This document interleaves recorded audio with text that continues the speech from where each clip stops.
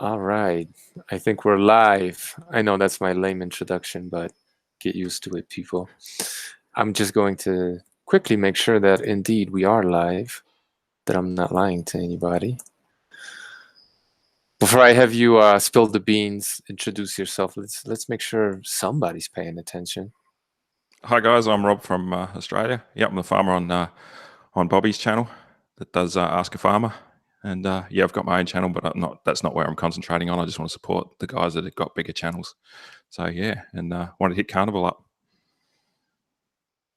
So, well, who are you exactly? We know you're a farmer, but I'm not too sure too many people. I know a lot of people from my channel watch Bobby's, but definitely not everybody. Bobby's Perspective, that is a very good ex-vegan uh, channel currently. We'll see where his journey takes him. But anyway, that's how you were introduced to me and maybe the larger YouTube world. I'm not sure.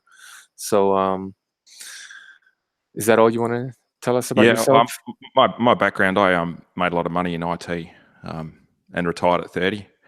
And then looked around, had a few years off, looked around at what to do, and bought a grazing property with the ability to crop. So yeah, we got 1,500 acres in southwest Victoria.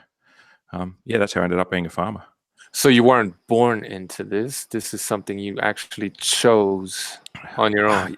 Yeah, well, my dad was a senior lecturer at Roseworthy Agricultural College, so I kind of grew up. I think I was 7 when we left there. He was so they made the lecturers in America, they'd call them professors, but they made the lecturers live on campus.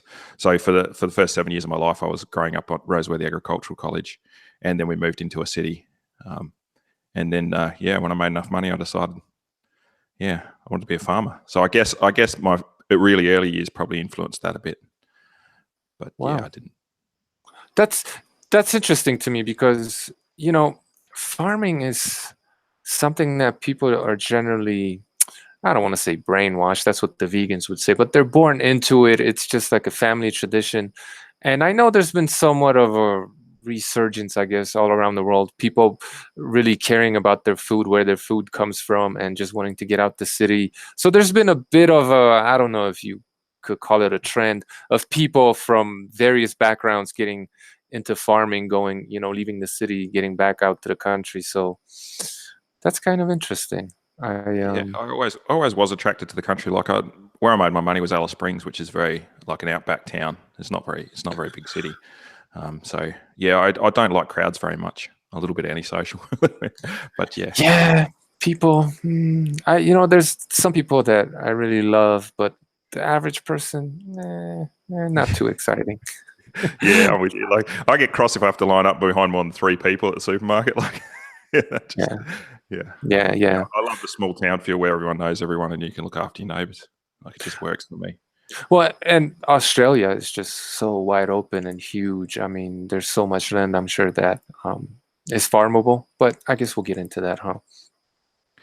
Yeah, and most of the people live in the cities on the east coast. So there's like mega cities. There's Sydney and Brisbane and Melbourne, and that's where most of the bulk of population are. Once you move out of that, you're getting into outback Australia. Yeah.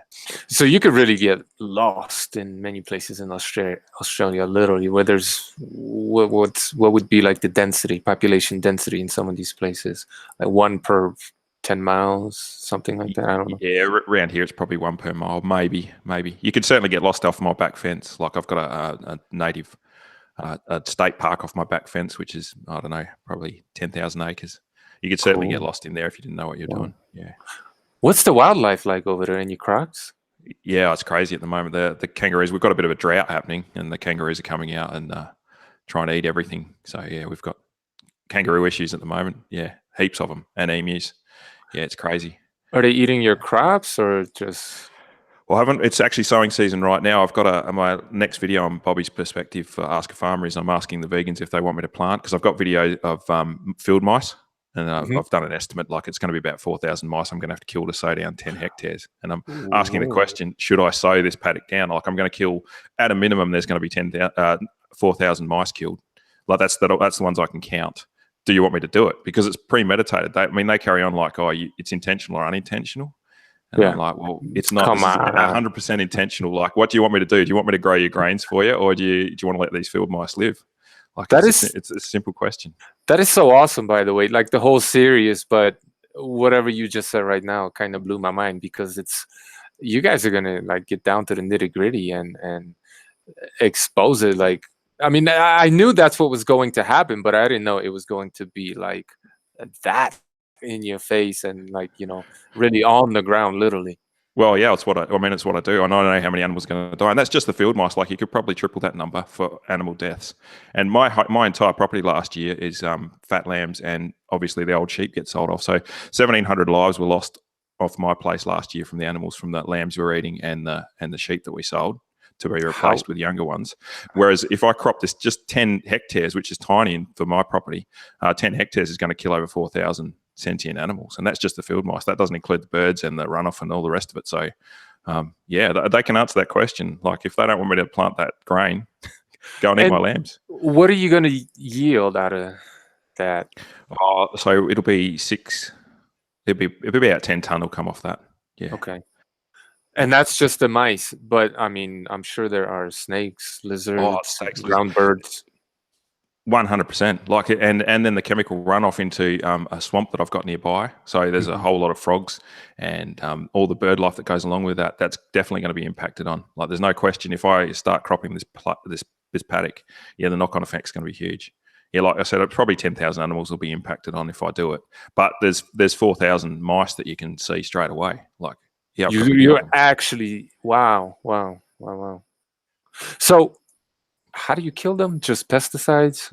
Oh, I'll have to rip the paddock up. So I've got to send in the offset discs. So I'll have to tear the paddock up. So their burrows will be destroyed and they'll just be crushed up by the machine. Yeah. Gotcha. And then, but you're targeting the mice, and then everything else is just collateral damage.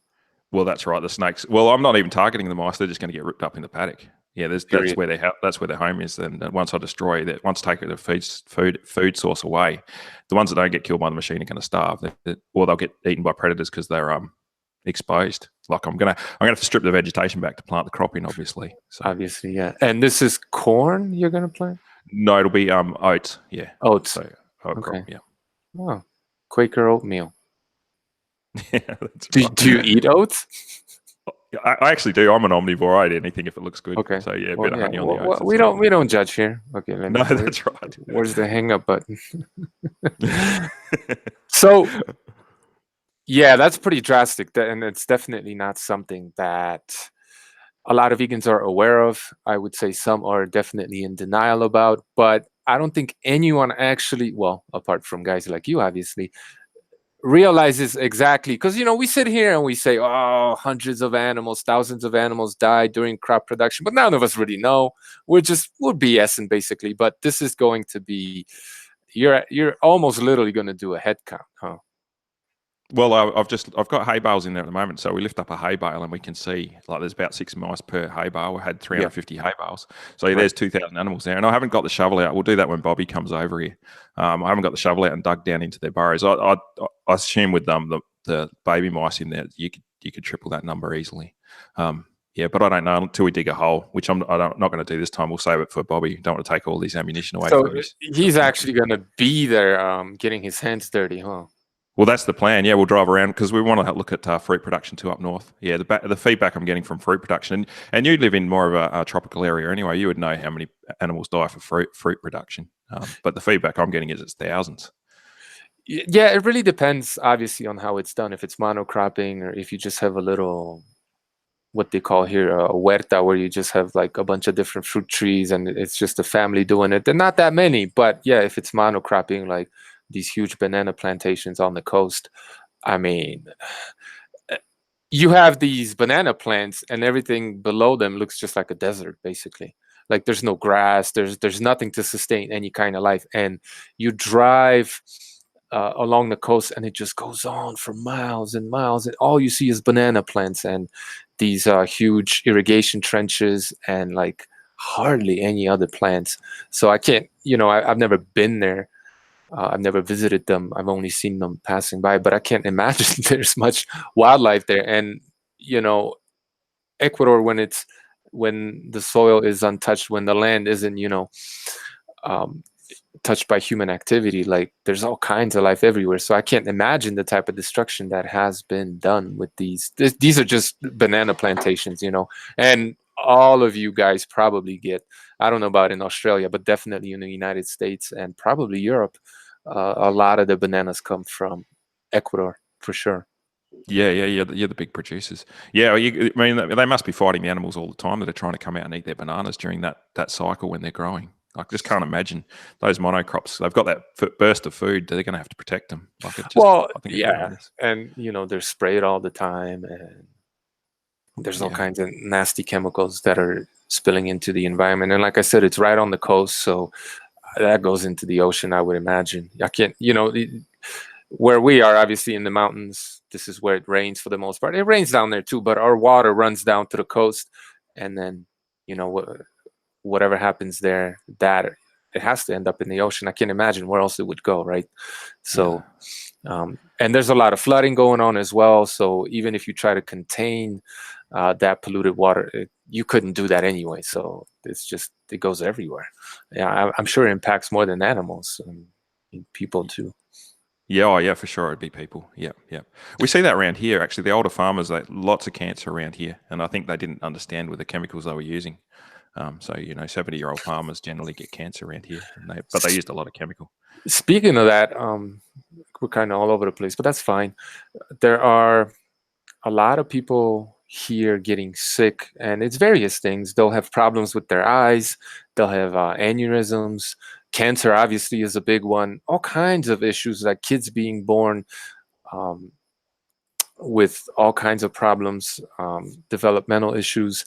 And from what I understand, it's probably mostly glyphosate. I mean, people here are just so uneducated about that stuff. They'll spray it around their house where their kids are playing just to kill the weeds, you know what I mean? Because they don't want their kids, because a lot of plants here are really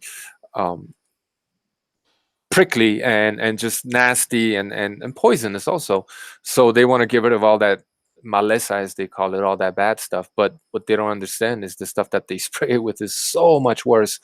And in the last 10, maybe 20 years, there are other issues that contribute to this, like nutritional deficiencies, but there have been lots of kids born with like mental disabilities and, deformed and stuff like that. And from what I understand, a lot of the chemicals that are no longer legal in the West get sent down here to still be used because the regulations aren't that strict. Yeah, that wouldn't surprise me. The chemical use and the conflict with the chemicals and the weeds is going up. Like the weeds are becoming resistant to the chemicals, so there's this arms race. So the chemicals have to get stronger and stronger. And the no-till cropping is responsible in a big way for extra chemical use because the no-till cropping, they don't till, so everything else they do is with chemicals. If you want to do a kill, spray some more chemical on. Like it's very tricky. Yeah, it's but there's no really solution because we have to use modern agriculture to feed the planet. Like the population's relying on it. Yeah, but spraying it around your house, just don't do it. Yeah, out of curiosity, do you guys do slash and burn over there? Yes, yeah. We do burn. Especially setting up for a crop. So this crop here will get burned out first, and then I'll rip it up with the offset discs. So the mice are in for a hard time. If the vegans decide they want this grain grown, like they're going to get burnt, and then they're going to get dished up. So wait, are you actually going to give them a choice? Yeah, I've given them a choice. I said, "What do you want me to do?" Put it in the comments below. Depends how. I'm so excited about this. Like, I didn't fully realize exactly what this was going to be, but this sounds like this is very exciting for me. I don't know why. I guess I just geek out on these things. But yeah, I look forward to that. Yeah, if I get enough comments that say don't do it, then I won't do it. But then they have to eat my lambs, obviously, because that's my income is growing grain and lambs. So if you don't want me to tear this paddock up and sow it down, you got to go and buy some fat lambs. So yeah, the vegans can choose. And how many animals can you sustain in this paddock? Oh, it would be maybe 10 hectares. So I could run 20 sheep. So that'd be at lambing at 150%. There'd be another 30. So there'd be 50 animals I could run on that patch of ground. Yeah, continuously. Yeah, continuously. Yeah, you just like divide it into paddocks or something. Yeah, I've got a drone shot. If Bobby, well, I've sent it off to Bobby, so it kind of depends how he edit it. I can't even speak properly, but yeah, how he does the edit. But yeah, basically in the footage I've sent to him, I've got a drone shot of the paddock, And I got pictures of the mice, video of the mice, and just asked the question, "What do you want me to do?" Because I mean, they argue that there's a difference between intentional or unintentional death, but straight up, the call is this is the field mice that are going to be killed. There's no unintentional about it. I know exactly what's going to happen. You guys know exactly what's going to happen. Yeah. What do you want me to do? No, it's BS. There's no such thing as unintentional. I mean, that also happens, but definitely a lot of the deaths are. It's unavoidable. So just by the virtue of the fact that you decide to grow something there, which is exactly what you're going to do, you have the choice, right? How can it not be intentional? And that's really just the vegans moving the goalposts, because whatever definition of veganism you want to look up, it says nothing in there about intentional or unintentional. The only thing that the definition is concerned with is whether or not you're exploiting animals, killing animals, hurting animals. So why is that even a concern, whether it's ethical or not? It shouldn't be, right? Well, that's right. It shouldn't. It should just be total numbers. Like if you eat a cow, you've killed one cow for the year for your meals. Whereas if you eat this grain, you're going to be responsible for hundreds of mice. So it depends how they want to do it. I see in the comments they're asking how many mice equal a cow. I know. So what should be quite a lot of mice would equal one cow in weight. But mice are sentient beings too. They've got quite a complex social structure. Mice actually sing to each other and they protect their young. So it's and all the studies that vegans use to prove something or debunk something, well, a lot of them use rats anyway. So anyway. That's right. Rats and mice are actually quite intelligent creatures. Like they're more intelligent than cattle. Cattle don't sing to each other. Cows will protect their young, but they don't have that. Mice will sing to each other, and the more mice you have, the more singing they do to each other. So they have a much more complex social structure than cattle do. So Well, I know goats and chickens are pretty stupid. Don't get me wrong. I love my animals and all, but they're pretty dumb. Yeah, especially the chickens. Chickens are crazy. Like people say, "Oh, you're chicken because you're scared of doing something," but I think the opposite. We've got those brown chickens, and they're so brave. They'll go over to dog cages and steal the dog foods while the dog's there looking at them. They'll stick their head in the cage and try and pick out the dog food while the dog's standing there watching. I had a duck, not quite a chicken, but a duck anyway, closely related, I suppose, that would literally attack my 90-pound American Bulldog Staffordshire mix. Like, would just, whenever the dog got close to any other ducks or fowl, there he goes barking. Yeah, I mentioned his name, or just him. The duck would literally go after the dog. One day, the dog just defending himself, because he's trained not to do anything to the animal, so he's kind of like iffy about it, but just defending himself, he ripped out like the duck's breast. Like almost the whole thing was like flopped open, and we called him the Terminator duck because he made it and he kept going after the dog. He didn't care, man. I don't know, not very smart, I guess, but this is just what they do, these animals, I guess. Just a little anecdote there. Well, the chickens are just as crazy. Like, they're just mad. They're certainly not chicken. They're stupid brave. Yeah, we come out and find the odd chicken with its head bitten off because it stuck its head in the dog cage and wasn't fast enough to get it out of the way. That's how most of our chickens die. They get nailed by a predator, or the dogs get them. What do you got out there? Foxes, dingoes, like what? Yeah, we got foxes. We get the odd stray dog. They don't last too long because we're dense enough. There's enough population here that we can keep on top of the wild dogs. So we don't have the wild dog problem that some other places do in Australia. But foxes are the big issue. We've got alpacas which keep the foxes away from our livestock. They've been really effective. Yeah, they stomp them or something. They chase. Yeah, they chase them off. Yeah. I go out shooting, and if you get a fox in the spotlight, you got to be careful because the alpacas will come in and just start chasing the foxes. Yeah, it's. I heard of guard donkeys. I didn't know the alpacas do that too. They're actually from around here. Oh. Yeah, no, the alpacas are fantastic. Our lambing percentage went up 10% when we introduced the alpacas to them, just keeping the foxes away. Yeah. Huh, that's awesome. Yeah, they're great. But trying to I don't expect you to be able to answer this question, but when the person, this is Twisted Hippie, in the chat asked about this conversion cow to mice, what they were saying basically is, I think, how many cattle are going to die in that paddock yearly, let's say, versus how many mice or other wild animals. Like, and I don't expect you to be able to answer this, but can you do like a death Yeah, count, I could run whether one. it's vegan Yeah, or carnivore? yeah, I could run one cow in that paddock. So Hmm. you could eat one cow a year off that paddock, and that would be your death. And the field mice would be allowed to stay there. Like if I went and bought one cow, Hmm. or buy a calf and let it fatten up, I could put one calf in there, and that would be the kill off that paddock. Um, yeah, But that's a lot of space for one cow. Could you have more, or is it just are you dependent on the rain for yeah. irrigation? Australia's soil isn't like Ecuador. You get rainfall. You could definitely, like, if I had your rainfall, I could run way more. Like the stocking rate would be a lot higher. But Australia, we're dry, so we have to have that bigger area. Like, so I was saying, my place is 1,500 acres. I can run 1,100 sheep on that. Hmm. So I've got 1,000 acres of grazing. So, but in Ecuador, your stocking rate would be way higher. I mean, if you had that area for goats, you would be a lot higher because of the rainfall, and your soil's a lot better too. You've got much more volcanic soil. Australia's soil is very old and not very thick. The topsoil is quite thin and fragile. Not where we are. It's not very good at all, actually, because it's a lot of clay, so it tends to absorb a lot of minerals, and we have issues with mineral deficiencies that we have to combat and stuff like that. But yeah, some places in Ecuador definitely have very, very good soil.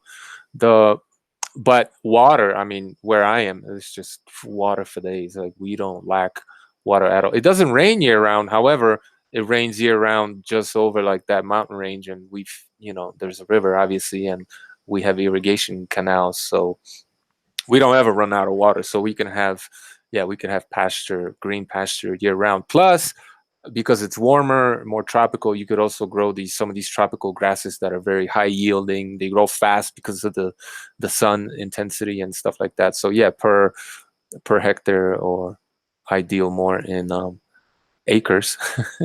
Yeah, Our property's not that big. Yeah, you definitely, I would imagine you get a lot more feed per square foot or whatever. So yeah, I could understand. But so however big your land is that you were dedicate to either corn or livestock, what's the maximum amount of cattle? How many heads could you have on there? on Just this one? place. Yeah, Oh, just one. just on this paddock I'm talking about for oats. Yeah, yeah. So for the 10 hectares, I could run, like, instead of the oat plants, I could run one cow. That's Um, it. yeah, yeah, yeah. Oh, Wow. maybe two if I wanted to push it. Maybe Right, right. depends on how the season finishes off. Yeah, yeah, but you're chancing one of them getting too skinny or something. That's right. And the other thing is, if you do push it, you've got no flexibility. So if the Right. season goes dry, you've got to sell these cow off into the market where everyone else has done the same thing. I much prefer to run understocked. Gives you flexibility. You can buy in when the season goes dry. We did that this year. Like, the price of livestock fell because it was quite dry, so we were buying in when everyone else was selling, and then we'll drop our numbers back a bit. As the season. Yeah, and this whole idea of like comparing the death counts, I mean, that would be so difficult to do, because one thing you gotta look out for is the fact that the one cow or whatever will produce maybe enough food for one family for 6 months or something like that, versus the grain that you're going to yield. I mean, that's obviously going to be a lot more food, but also many more deaths. So it's like, how would you even begin to calculate You, that? well, you do a calorie count. So basically, 1 ton of oats is worth 1 cow in calories. So if I put the oats in, I'm producing 10 times as much food.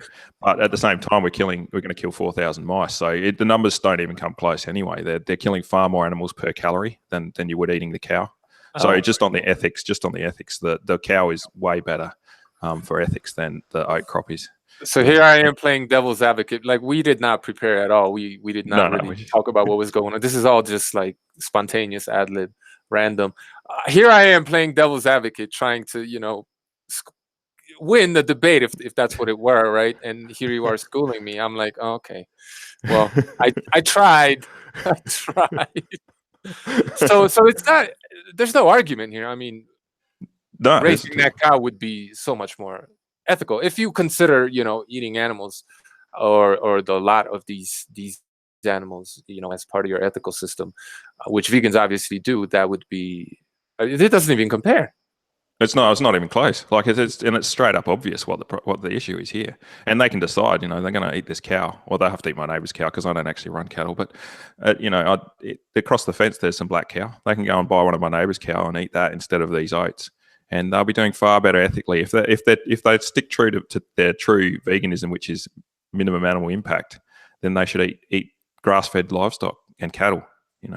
Well, I always assumed that this was correct because it just made sense from little that I know about, raising animals and agriculture. But you're really putting like real numbers and behind all these theories that we've had so far. So, yeah, that's definitely going to be some ammunition. Can you think of some other environments, perhaps different scenarios where this conversion of, let's say, carnivore dieters' deaths versus vegan dieters' deaths is a little bit more comparable? Can you think of, maybe better, more fertile soil or something that would be more in favor or shift the balance more in favor of the vegan? Yeah, yep. So Saudi Arabia was growing. My dad pointed this out to me actually. Saudi Arabia was growing wheat in the desert. Mm-hmm. So their biokill would have been almost zero. Maybe a few snakes or lizards, maybe, but pretty much zero. So if you bought the grain from Saudi Arabia, which they weren't selling because they were using it for their domestic population, that pretty much was probably the best ethical food you could eat ever, because they were using underground water and growing wheat in the desert. Now their water supplies run out, so they're not growing it anymore. So you can't buy that stuff even if you wanted to. But yeah, there's an environment where ethics. You could eat plant-based food and say ethics is on your side. Would you know if these aquifers refill or? No, maybe? I don't think they do. I think they're fossil. Yeah, so I don't think they're coming back. Yeah, I think they've done it. So it was a one-time deal. Yeah, well, they did it for a few years. My dad actually did a tour over to Saudi Arabia back in the late 70s, in the Middle East, and they were talking about growing wheat with these aquifers, which they've obviously done, but now it's run out. So, I mean, you can't even buy that grain anymore. That's not even an option. But you could have also had pasture there for animals, right? Just the same. Yeah, you can. You never pay. It doesn't pay to irrigate and pay. You can't pay to pump the water and spray it for irrigation for cattle for livestock feed. Like you can never get the cost of doing the irrigation. Never pays for the livestock, and that's why it makes sense to grow wheat. Yeah. Yeah, you have to grow a high value crop like wheat, or you have to grow human food if you're going to get the return from the irrigation costs. Yeah, you just can't do it. Interesting. I'm sure they killed the odd scorpion or maybe a snake, but it wasn't that big of a deal, huh? Well, it would have been very low, like in the middle of a desert. Like I don't know what the numbers would have been, but it would have probably been the most ethical food you could eat. But it's not a very realistic scenario for the average vegan to get their food from. Well, they're not. Well, they can't do it anymore because they've run out of water. So, and then there's the petrochemical, the energy you're required to pump that water. You've got to, if you include that, if you factor that into the environmental impact too, you're probably better off with the cattle.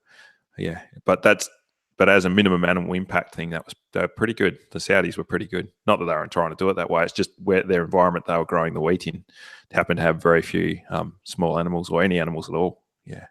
And they grew it in sand. Well, I don't know exact details, but yeah, it was in the desert. Like you can Google these pictures up where they've got massive irrigation centers in the middle of the desert where they're growing wheat and stuff like that. Yeah, amazing. But you can't do it for very long if you're using fossil water. Yeah, definitely. So no more bread for the Saudis, huh? Well, they got plenty of oil. We'll swap them some. We'll swap them some bread for some oil. Yeah, right on. But that's any other scenarios like that, or more realistic scenarios, or is the conversion really? Well, the conversion from monocropping is just terrible. Like as soon as you put a monocrop in, you just if you went out in your own backyard and grew stuff, that's fine. But they're not the people that are arguing with us. Like the people that actually grow food know they're killing bugs and stuff, and even then, you still got an impact because you're changing the environment. So there's going to be birds that were eating nuts and seeds or whatever that were around. And then you change it into a fruit plant, or you put some veggies in. You're still going to impact on animals. Whatever you do is going to impact on an animal. But you probably, if you grow your own stuff, you're getting pretty close. Yeah, but you're still going to end up nutrient deficient and going back to animal products anyway. So, well, and if you've got your own garden, which we do here, we've got a green glass house. You still want the chickens because you can let the chickens in. They kill all the bugs. They scratch around in the soil. You after a while, if you're actually doing your own growing your own food, you want to introduce animals for the environment to revitalize the soil and stuff and do some work for you. And then if you've got those chickens, you might as well eat their eggs, and then you might as well eat the male ones, fatten them up. So you end up in the place where you're eating animals anyway. Yeah, obviously using both plants and animals to produce food makes the most sense. It's, I don't have to eat any of these plants, or not many anyway, but I'm not going to delude myself thinking that doing just animal agriculture is going to be better than combining both of them, which has been done historically forever. It just makes perfect sense. I mean, this is literally trying to mimic nature as much as possible. Yeah, well, that's right, and we feed the waste to the livestock as well. So the crops that failed, like in the past, this farm was 650 acres, the house I'm in at the moment, and they would, obviously have their milking cow and their pigs, and that would get the waste from the kitchen scraps would go to the pigs, and then they'd run chickens and eggs, and so their waste product off their crops that they were running that would have gone to these animals as well. And that now what we've done is expanded that out, where we've become very much targeted. So you'd get a lot of grain growers that just grow grain, but then their waste goes to the people who are focusing just on the pig production or just on the chickens. So in effect, we've expanded that small farm out into the whole production system, because people are becoming specialized in one particular area. So someone will be a chicken grower, they just grow the chickens, but they're still taking the waste product off those croppers and feeding it just the same as it's just an integrated food system. We've just compressed it down and made it much more people are becoming focused on one thing, and that's what they're good at. So yeah, there's a lot of sugar cane being grown where I live, and a lot of the tops that are cut off, obviously they don't produce much sugar, are fed to cattle, donkeys. A lot of it goes to waste though, which is kind of heartbreaking. They just they let it dry out in the field and then they burn the field, so that's not very good. But yeah, I have an idea of what it is you're talking about. We're actually, the new president of the little vicinity where I live is trying to, he wants to utilize a lot of that waste, if you will, to make, what's the word in English? Silage? Silage, yeah. Silage, yeah. Yep. So silage is when you bale up the hay and it's still green, and then it ferments in the. That's why they wrap it in that plastic. Yeah. So I'm not a huge fan of silage because you're carting a lot of water around. Like, not 40% of it's water. So if you have to cart at any distance, you're mainly just carting water. Yeah, there's a lot of weight in water, so you don't get a lot of hay's better if you can dry it out. But some places like where you are, if it's not going to stay dry for 2 weeks, you can't dry it anyway. You have to do that silage. You have to wrap it up while it's still wet. Yeah, and apparently it does help increase nutritional value, the protein content. I'm not sure. That's what I heard. And, it's all very local. The sugarcane plantations are like walking distance, essentially. So it makes sense to do that here. Yeah. It does absolutely make sense to use the waste product off the plants that are being grown. I mean, those sugar canes are being grown for sugar for people, or ethanol. That's the two things there. And if you've got waste, feed it to the livestock. That's what the livestock get fed. So it's most of the feed.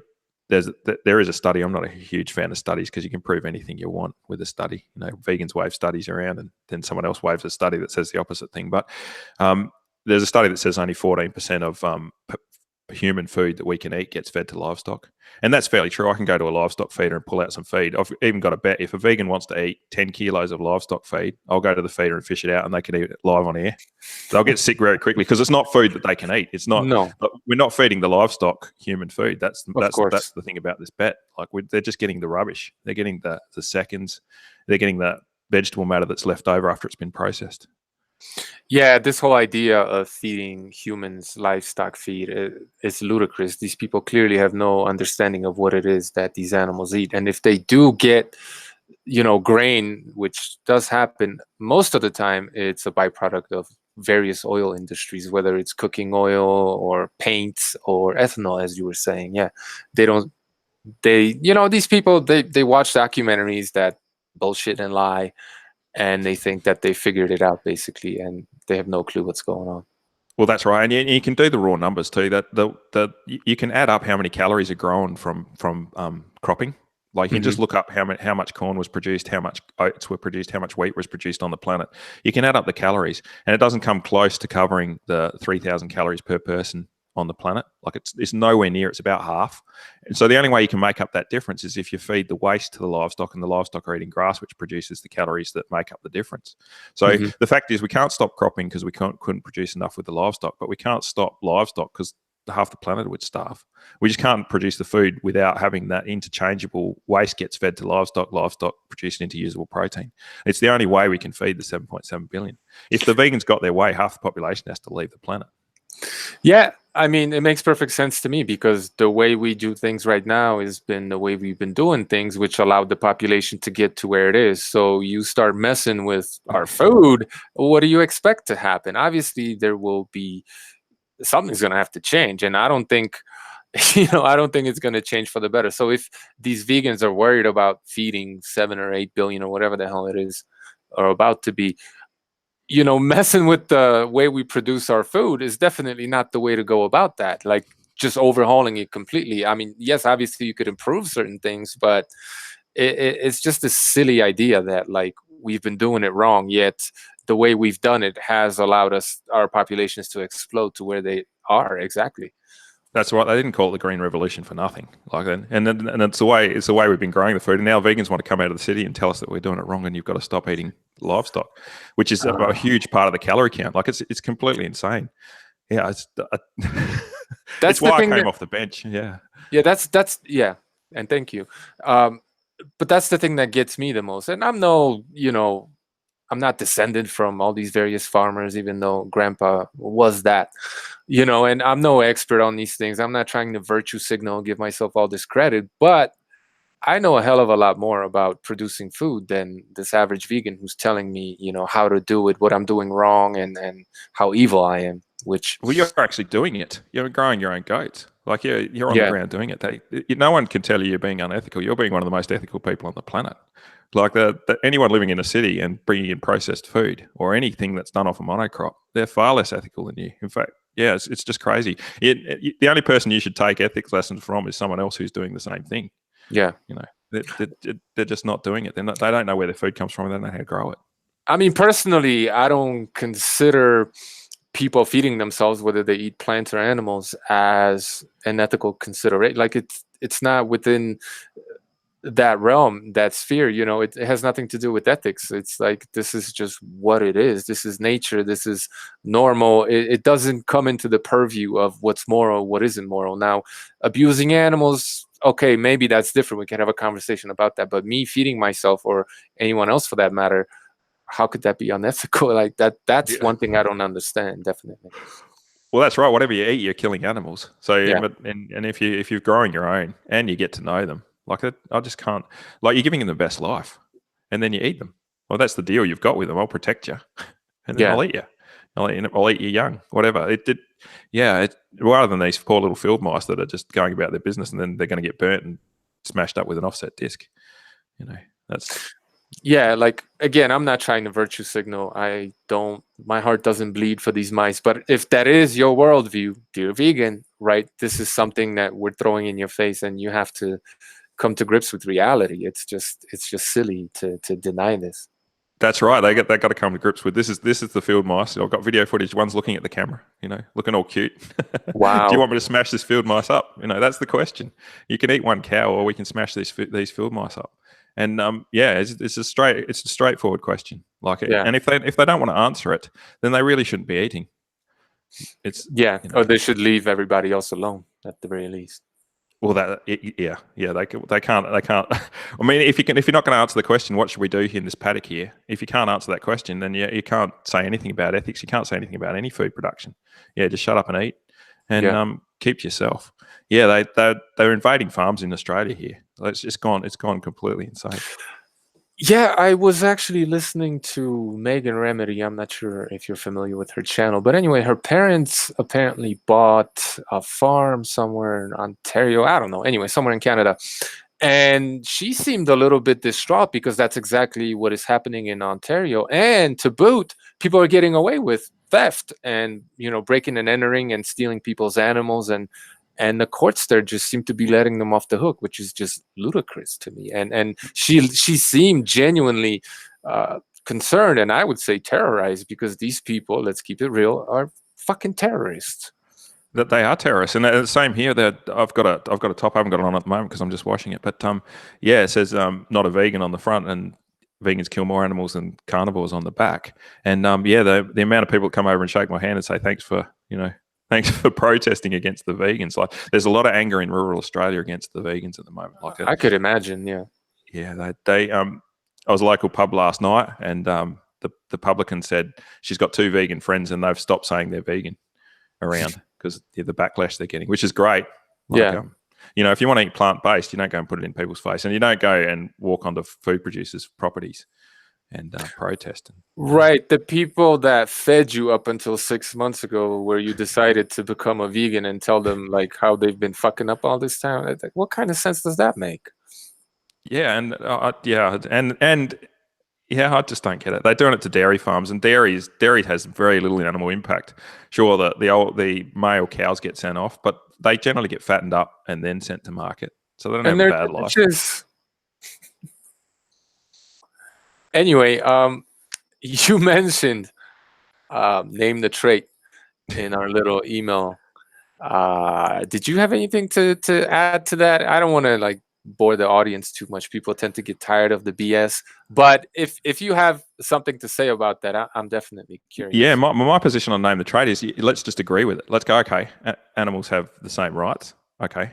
So and how far down the food chain do you want to go? Are we talking about snails here? Because if we agree with that position, then you can't eat anything. I can't put a crop in because I'm going to kill thousands of animals. So you've got to stop eating. If we apply name the trait equally to all animals, we have to stop growing food.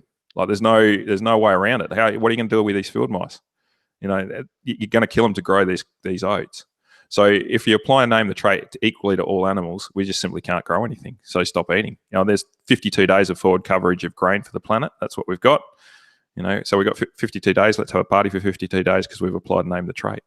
So name the trait only applies if you don't know about the field deaths. If you live in La La Land. If you live in Disneyland, yeah. If you live in a Disney cartoon or cartoon world, you can apply name the trait. But if you apply name the trait in the real world, we've just got to stop food production. It ends right now. So name the trait. You just accept it. When they say, well, let's apply name the trait, you go, okay, no worries, let's apply name the trait. But what are you going to eat? Because you can't apply these animal rights if you apply the animal rights to the field mice, and why wouldn't you apply it to the field mice and not the cattle? Or why would you apply it to the cows and not the field mice? They're pretty much equal on the intelligence scale, and I think field mice are probably better. But if you apply the name of the trait equally to all animals, it falls over straight away. And if you apply it to snails, just to the west of us, the place goes, the soil goes limestone, so the snails survive in there. They can grow their shells. So in the cropping country, there's thousands of white snails, billions of white snails get killed, and the only way they can get rid of them is to burn their paddocks out. So there'd be 100 billion plus snails that get killed each year for the cropping. So if you apply name the trait and you say, does it apply to snails, then there's 100 billion just in the southeast of South Australia. They're getting killed during the cropping, and they're getting burned alive. That's how they're dying. So yeah, let's apply name the trait. Let's apply it to snails. But then you can't eat. You can't put these crops in. You can't get rid of the snails. That's why whenever I discuss this name the trait with vegans, I always try to make sure to say that you literally have to step into the vegan La La Land and assume that it's actually real, and to talk to these people about this, because the assumption is that you're bad, I'm good, and this is why, right? All these things that you say are happening in the field to these mice, la la la la la. I don't hear you, right? So it doesn't work. It's not applicable to the real world. You have to reject reality in order to play this dumb game. And even if you agree to play that game, it still doesn't make sense in La La Land. So that's why I say it's bullshit on top of bullshit on top of bullshit. All you can get from that is, well, bullshit. It takes you down a weird path, and that's people that just don't know what happens when you go cropping. They just don't. They just don't know the deaths that are occurring, and you just can't apply name the trait. In Australia, we've got an election coming up, a federal election. There's a party called Animal Ethics Party. Mm-hmm. Or whatever they call themselves, but basically ethics for animals. And I'm thinking, but if we apply that, how are you going to grow anything? Like, we're just going to import all our food from Ecuador because then we can pretend that they're not killing animals. Like, we've got to stop. If we apply that in Australia, we can't farm anything. So we'll have to import all their food.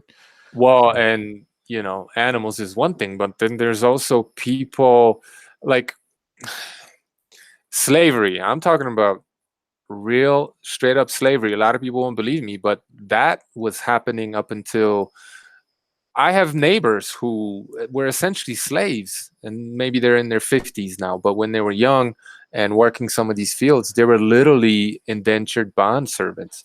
So the conditions are better now, but a lot of these people working a lot of these farms in the third world, I mean, there's nothing ethical about how they're being treated, even though they're not technically slaves anymore. They're slightly better off than that. So that's, there's all these ethical concerns if indeed you are interested in ethics that, apply to not just animals, but higher form of sentient life or whatever the hell you want to call it, the human being, you. And that, again, doesn't seem to factor in into the equation when it comes to these people. They just are either blissfully unaware or just willfully ignorant. I don't know. Yeah, actually, I heard a story that you might be on. So I heard that that in Brazil, that some of the fruit pickers couldn't afford to eat the oranges they were picking, so they were getting scurvy because they couldn't afford the fruit that they were physically working with. I don't know if that's true, but that's a rumor I heard. And if that's that the ethics just fall over there. Well, there are literally slaves from Africa picking oranges in these huge greenhouses on the coast of the Mediterranean Sea. In Spain, I don't know if I said that. Anyway, these illegal immigrants who don't have any rights, essentially, they're being exploited to work in these really nasty conditions without spraying, obviously, all kinds of chemicals because, damn, it's tomatoes. And they don't, like the plantation owners, let's just call them what it is, they're so cheap they won't even buy respirators or like you need full-on suits when you spray some of this nasty stuff.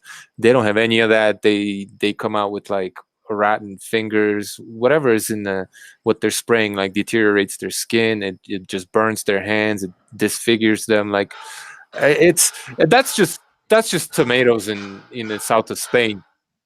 But you also have it happens all over the world, especially with these like more exotic, very popular foods that vegans, are looking to, especially vegans, to try to get, complete nutrition, as if you could ever do that from a plant-based diet. But because, coconuts have healthy fats, let's say, they go after the coconut. Same with avocados.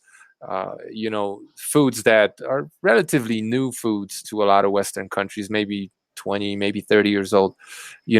There's been more of a demand for something like quinoa, which is grown just across the border in Peru, that the locals right now, Peruvians who have used this grain traditionally forever to get most of their protein from, people that are actually have evolved more so than anybody else to be able to assimilate the nutrition from this ancient grain, and on top of that, know how to prepare it properly in order not to mess up their guts. Those people can no longer afford the grain because of the high demand in the Western world and people paying, high price for it. So there's all kinds of problems that vegans don't seem to be aware of when it comes to, ethics of food production. Well, they don't want to know. And attacking food producers doesn't affect them because they're Western. They live in a Western world, so they've got plenty of money. They can afford if the food goes up a bit, it doesn't affect them, but it's going to affect your neighbours. The people who don't have enough money. If you drive up the cost of food, if you drive up the cost of these grains, like you said, doesn't affect any. We don't care if the food price goes up 10%, but it sure as hell makes a difference to those people that are living on the breadline. Yeah, and if you take the meat out of the production system in Australia, we're going to import more grain, or we're going to consume more of the grain. It's not actually going to affect Australians. The knock-on effect is that the people in the third world are going to start starving in a way higher percentage than they already are. Yeah, so. Yeah, Garland Farms. I've just noticed his channel. He's calling the vegans the vegan kill cult because of the way they're killing insects and the rest of the environment. But I think they're a kill cult because they're actually going to kill people. If they got their way and they stopped animal production in Australia, lots of people are going to die of starvation. It won't happen in Australia. They'll still afford to eat, but certainly overseas, third world countries. Yeah, you'll notice it in Ecuador for sure, and your neighbours. Just like you said, that quinoa being pushed up in price, crazy. Mm-hmm. They're just not factoring that in. Yeah, the vegan cult is truly evil. Attacking food producers. I agree 100%. And a lot of times when I speak of these things, because I started doing this for essentially the same reason as you. I decided to change the orientation of my channel and start going after the vegans because, we sell some of our products at the local market, and they will come and just virtue signal, call you a killer, or they'll look at, your cheese or meat and like shake their head, smack their lips, try to say something snide, like it just pissed me off because, I don't go to the market much. It's usually my wife, and she's just so nice and this and that. And I just got very, very, very, very offended, and I just had to do something, right? I can't go over there and attack these people because that's just going to make her look bad. It's going to create friction, and you don't want that, obviously, at the market. But yeah, it's gotten to a point where I've thought about the potential repercussions of the vegan utopia if it's ever come to pass, and I've come to the same conclusion as you have, that it's just downright evil. These people may not be evil themselves. They're just useful idiots for an agenda whose goals they may not understand, I may not understand fully. But if their wish is to come to fruition, I completely agree. And it's not going to be just people in the third country dying. It's going to be, as there have been, vegan babies dying of malnourishment. It's healthcare costs are going to go up. Like, just because some people seem to do okay on the vegan diet, I know I can't. I know I can't. I would get very, very sick eating that way. And, that's just another one of those realities that they reject and act like, they have studies that prove that what I experience is all in my head, right? Yeah, that's just so true. And I can't believe you're having trouble with them in Ecuador like this. Well, it's only because there's an expat community, and it's, the kind of, I hate using the word libtard, but well, what else do I call these people? I don't know, man.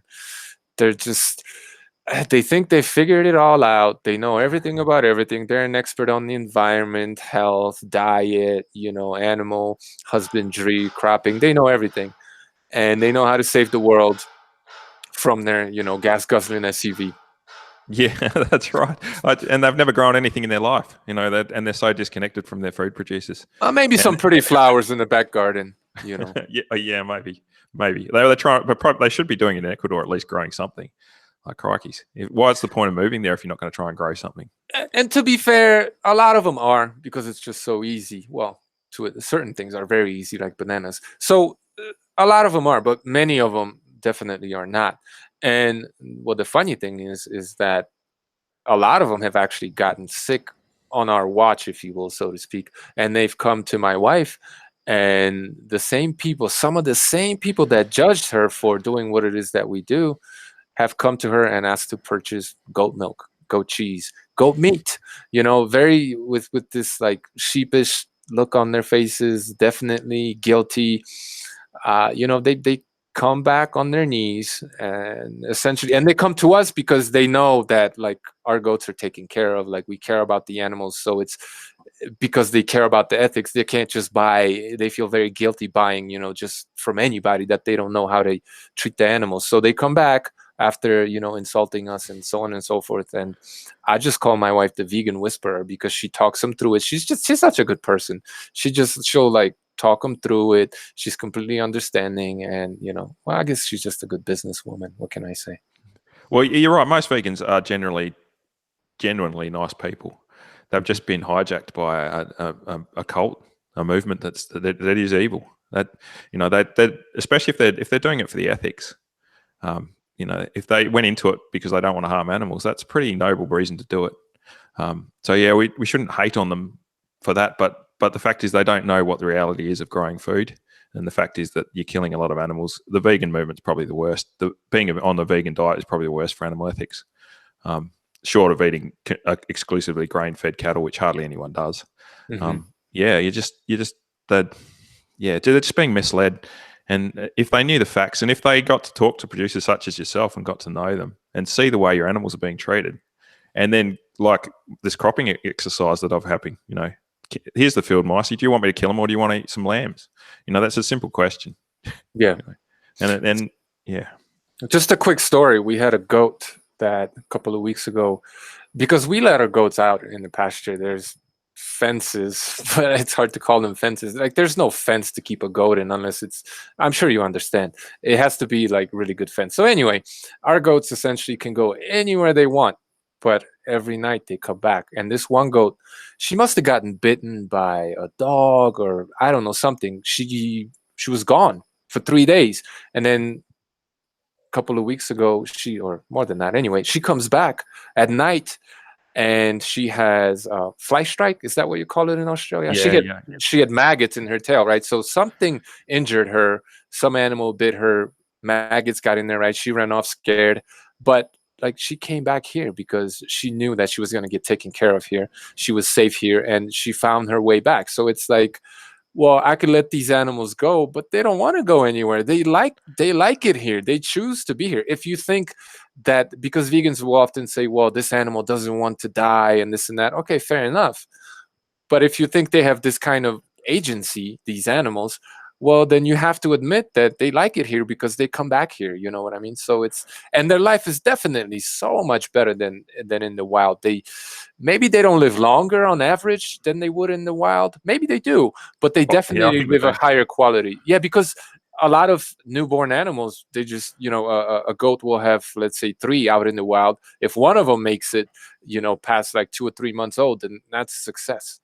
Well, only 50% of goats will survive to mature age in the wild. Hmm. So you'd be doing way better than that. Our lambs, we lose 10%, so we're doing way better.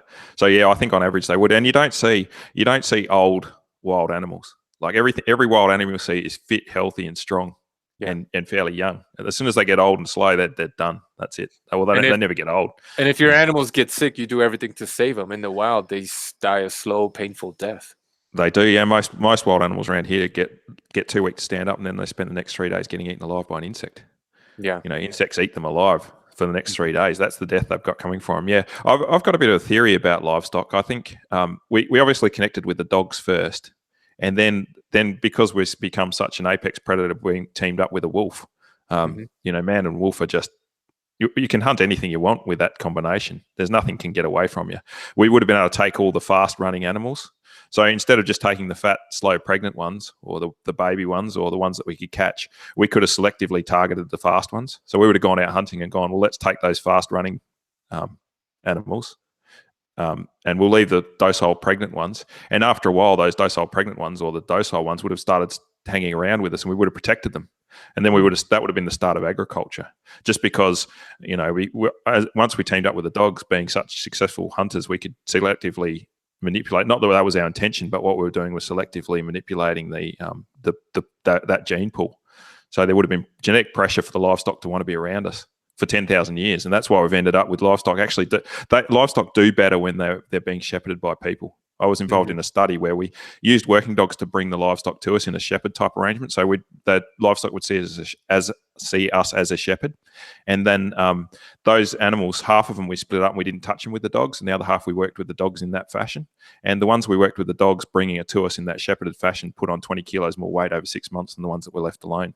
So you're exactly right. Livestock want to be around us. The 10,000 years they've been in that environment. That's what that goat knew when it was injured where the safe place to be and where it was going to get looked after. Because for 10,000 years, that's what's been happening. That's the theory anyway. I have a hunch it might have been longer, and depending on where you were in the world, because that's as far as we could, find evidence of people or animal husbandry. But Yeah. I think it probably was happening much longer than that. I think so too. I think it would have happened when we teamed up with the dogs, which is 50,000 to 100,000 years ago. Almost straight away, once we teamed up with the wolf, we would have annihilated everything to start with, because we would have gone crazy like people do, and we would have taken everything. And after a while, we would have gone, oh, maybe we should just protect some of these animals, and that would have put that pressure on.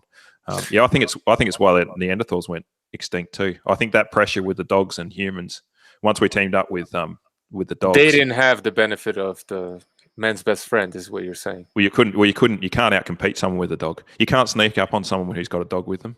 You can't out-hunt them. Like we could have protected the livestock we didn't want taken. That makes sense to me. It's only my theory. I can't prove it, but yeah, It just makes sense. Working with dogs, I can just see it. Like, it's just so obvious.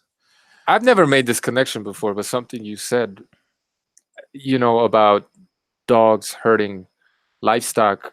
I just had these images of wolves hunting and how they literally herd the livestock. So it was just, it kind of brings me back to my point of how what we're doing, maybe you could say, is no longer natural, but it mimics nature as much as possible. So I just had this image of, dogs herding and wolves hunting, and it's essentially the same mechanics, right? Except, Yeah, it's exactly the same. Yeah, you see that the wolves will go around and bring, and they'll encircle the livestock. My dogs do exactly the same thing, except I have a reference point where I say you can't go there, so the livestock Right. obviously move in that direction. Or if they're being brought to me, and that's the main thing. What the wolves do, the younger wolves or the ones that aren't going to bring their livestock down, they herd the animals towards the animals that are going to bring the wolves that are going to bring the animals down.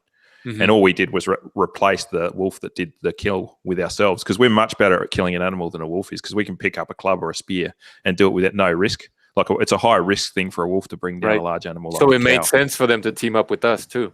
Oh, absolutely. It was a win for them because they get looked after. Their pups get looked after. They don't have to do the thinking. Yeah, it's just a good combination. That we've got that bond with dogs that we get with no other animal. Like dogs understand us, and we understand dogs. Yeah, they've done a study where you can understand a dog's bark. As a dog's stressed, or you would understand your dog barking. You'd know if it was happy or if there was danger out there. You can understand your dog, and your dog understands you. Dogs understand like it just innately or intuitively. They understand hand signals. Like a wild animal doesn't get it. Like a wolf doesn't. Right?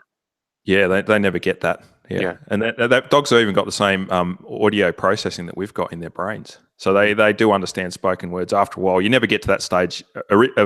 You get to that stage eventually with a dog, but initially it's all hand signals and body language and tone of voice. And then you look at our digestive systems and how similar they are, and so it's just a perfect combination, a match made in heaven.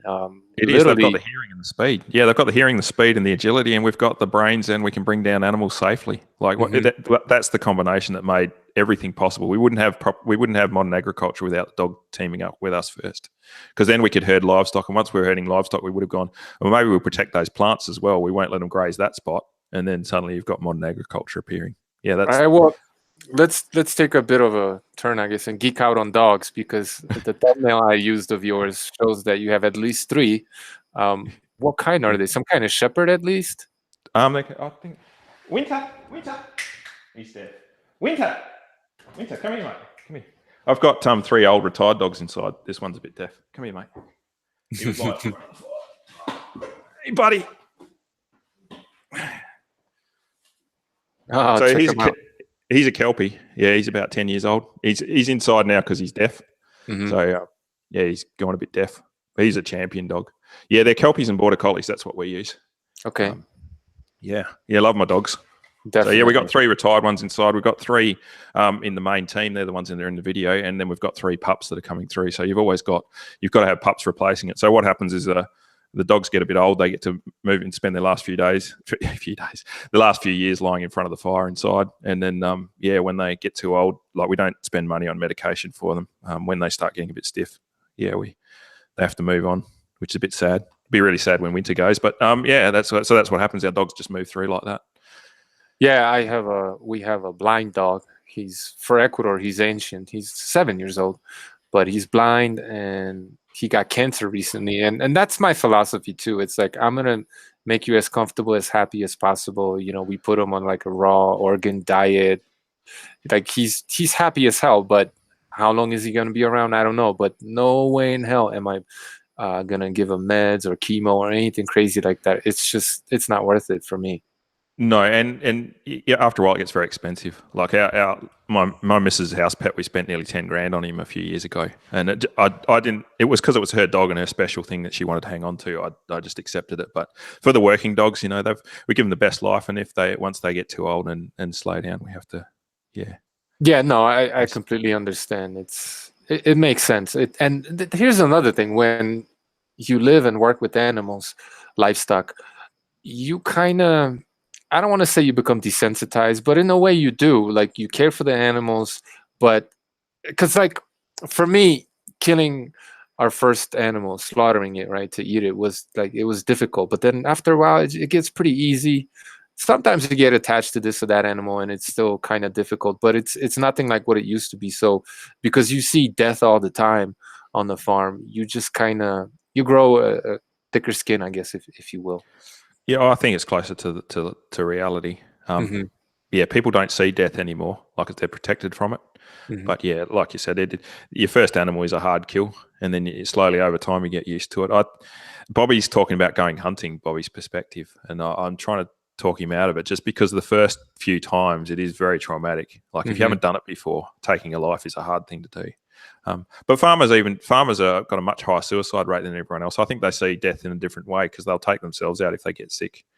I think, yeah, I didn't know that. I think it extends to everything. They've got that just a general view that death is part of life, Yeah. and you just get used to that idea. Whereas Right. most people don't accept death; they don't want to accept it as anything, but it's part of living.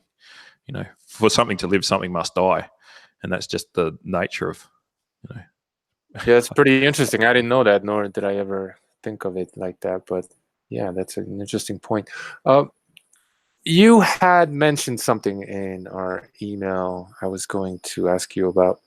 Oh, that cropping cannot, we talked about it a little bit, but I would like you to maybe talk a little bit more how cropping cannot feed the global population. So in other words, how would you envision, what are some of the repercussions apart from what we already talked about of, this vegan utopia? Yeah, we just Well, can't do it. how do you see, but like if it were to happen, what do you see happening? Well, half the planet has to starve, and yeah, that's just the only way we can do it. They've just got to leave the planet. Mhm. We just can't do it with the cropping. If you've got good country that you can crop in, that's what they grow now.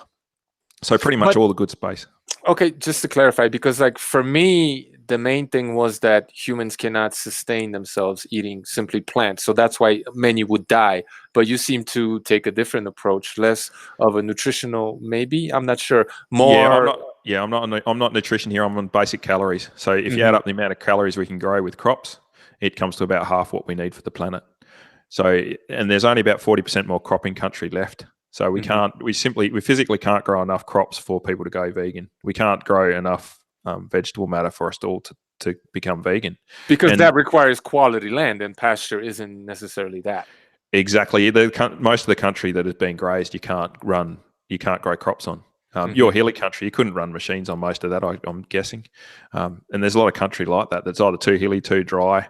Some places too wet. Like you need everything to line up. You need a season that's wet and then dries out for the crops to set their heads. Like if the mhm. crops stay wet, the seeds heads will set, Mold. and then they'll get mold in them, and then they're no good. Yeah. So you need a whole lot of conditions to line up. So there's only a few spots in the planet you can grow crop properly.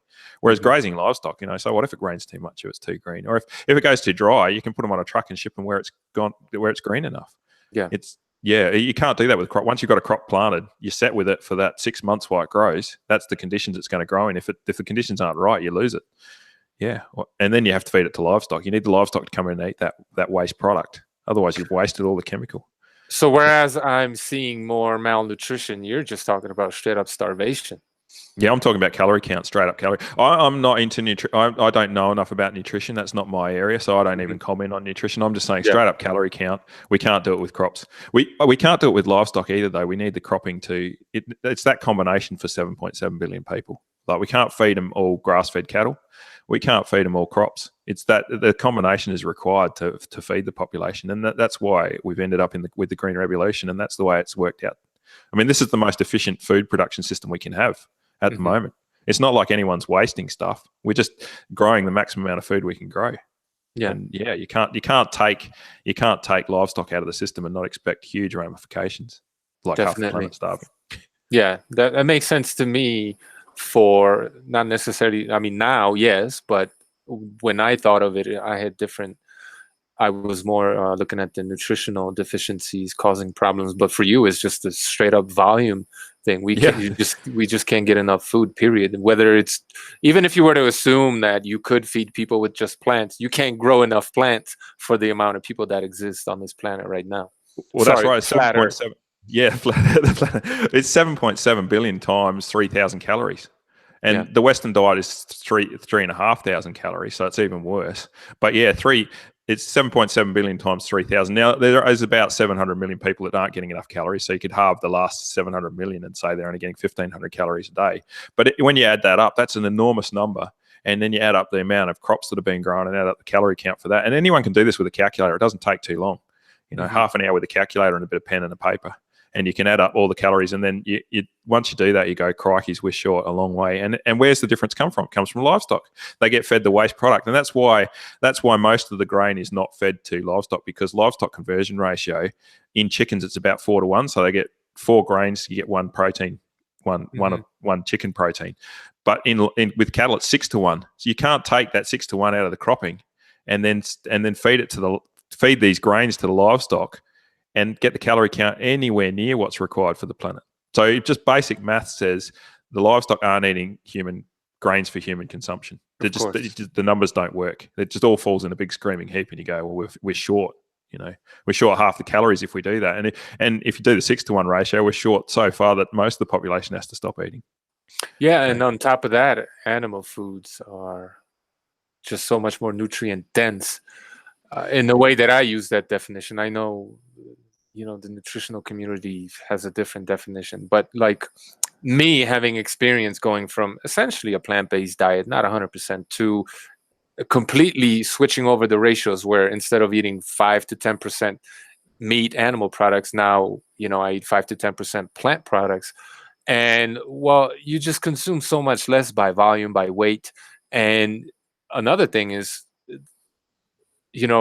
less comes out the other end too. So you're utilizing this nutrition. It's a lot more nutrient dense. A lot more of it gets used, right? There's not all this fiber coming out, which is bulk, which is weight, which is food miles, which is a whole bunch of other problems. So obviously, I'm not advocating that everyone goes carnivore. I'm just highlighting the difference, the richness of animal foods versus plant foods, and how the same amount, visually the same amount of animal foods goes so much longer, or it may have the same amount of calories, but there's other nutrition in there that will keep you satiated for a lot longer, and it also produces less waste too. So it makes sense on many levels. I know you take like the big picture approach, and it makes sense to me, but there's more to it than just that. Also, I wanted to point out. It would be very interesting to know what our conversion rate is actually, because though herbivores, a proper herbivore like a cattle's got a lot of stomachs, so they've got the 4 chambers. They're much more efficient at converting vegetable matter into protein. It would be interesting to know what our conversion ratio is. Like you said, you have to eat so much. But they still sit there and eat for like 7-8 hours a day, if not longer. Yeah, because our conversion ratio must be terrible. I mean, we're much more carnivore. Our digestive tract is much more like a dog than like a cow. So our fermentative capacity. Again, this is a study, something I pulled off the internet. But like a pig, for example, which is I would call like a true omnivore, its fermentative capacity is 50%. Ours, an herbivore, is obviously going to be 100%, or like a ruminant, but ours is at about 14-15%, which is roughly the same as a cat's or a dog's. So yeah, right. that to me says that maybe the best optimal human diet should be somewhere around there, 80-20. I'm not saying that that's what it is, right? Obviously, but that's kind of how I look at it, and it kind of corresponds with the ratios of plant to animal foods that I consume.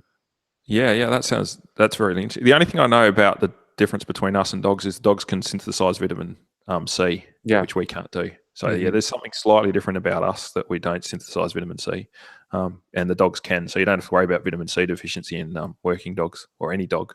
But yeah, that's the only thing. I'm just not an expert on human nutrition at all. Well, allegedly, if you don't consume a lot of carbohydrates, sugars, your vitamin C requirements are a lot less. And we've essentially been, I don't want to say lied to, but misled by all these people in charge who determine what the nutritional value of any food is, because the values of like vitamin C and meat are too low, I guess, maybe to register or to care. We think that meat doesn't contain vitamin C. It actually does, because again, these animals need vitamin C, whether they're carnivorous or herbivorous, they get vitamin C. So it has to be in them logically. So the point I'm trying to make is if you don't eat a lot of carbohydrates, your vitamin C requirements drop, and you could actually get by on eating muscle meat and organs, especially. You actually get enough vitamin C. So, but yeah, we're not from the order carnivora as animals are classed, right? It seems as though we've evolved from a more herbivorous species to a more carnivorous species as we become the apex predator over the hundreds of thousands of years. So whereas something like an animal such as panda bear seems to be evolving from a carnivorous species, from that order carnivora, to a more herbivorous species, and it looks like they might eat themselves into extinction. Actually, a lot of scientists posit that they're not going to be able to make it, because for whatever happened in their environment where they were no longer able to procure meat and they started eating bamboo, as we know, that's actually killing them. It's really bad for them, but this is just what they do. And I think the human herbivore, the vegan, is like the panda bear, right? It's a little. Well, they got the big crazy. brain. The big brain you need high density food for a big brain. That's why the sheep are basically got small brains and cows have got small brains. Small brains and huge stomachs. Ours is the reverse, right? Yeah, we're the reverse. So we're clearly carnivores. Like you can't get away from what we are. You have to eat meat. Just because we could also assimilate nutrition from plants, well, so what? That's not necessarily the best food for us. Yeah. So just to lighten things up a little bit, since we're on that, what is your diet? Just like pretty standard, or like what do you like to eat? Well, last night I had fish and chips. So Okay. down at the pub. Yeah. You eat your own animals, obviously? Oh, absolutely. Yeah. I tend to do a lot of shopping. Look, I can butcher my own animals. I don't do it because I'm wasteful. I'm just not. Like I much rather pay the butcher $40 to cut up my livestock, because he does it efficiently and I get sausages and stuff. So if I cut up livestock, I waste quite a lot. I'm just not efficient at it. So just so I don't have to kill so many animals, it's much better for me to take it to the. But you have like a chest freezer with a lamb in there or something like that? Yeah, it's not turned on at the moment. We're a bit lazy at the moment. Plus, I really like steak. So even though I produce lamb, I got so you. yeah, basically I buy the neighbour's cattle that's gone through the butcher's shop, and it keeps the money in the district. Then I'm supporting the butcheries by eating my lamb. The whole money goes round, and then he supports the clothes shop. So yeah, it's just part of living in a community. Let someone specialize in something, and Okay, so you're definitely not going to be engaging in any diet wars here online. You're more about food production and yeah, I'm not. And the other thing is, I'm pulling my punches a bit. I don't say how much chemical we use when we go cropping. I don't want people to attack cropping in the same way they're attacking the meat producers, because if they go after the croppers in the same way, it'd just be crazy. Like, I don't know how they're already attacking half the calorie count. We don't need the other half attacking the croppers as well. So I pull my punches on the cropping a fair bit, just because I do that as well. But I'm not sure how to say that. I don't want the carnivore community saying, we've got to get these croppers because they're wasting all this, they're pouring all this chemical out of the environment. I don't. They're not the kind of people, but I understand your dilemma there. I definitely do. So that's interesting. Yeah. So sorry. How feasible? What do you think of veganic food production? And if you need me to explain what that means, you probably don't. Yeah, I looked it up just because they were saying veganic farming. There isn't any commercial veganic food producers, and then it comes back to what fertilizer are they putting on? Yeah. You say, what are you doing? There's the only fertilizers you get are from animals, or it's a synthetic, like you dig up, which is still the phosphates, the organophosphates. If you dig them up, they're basically waste from birds. Like, birds would sit on an island and shit, and then that gets fossilized and they dig that up. So you're gonna have to use animals no matter what.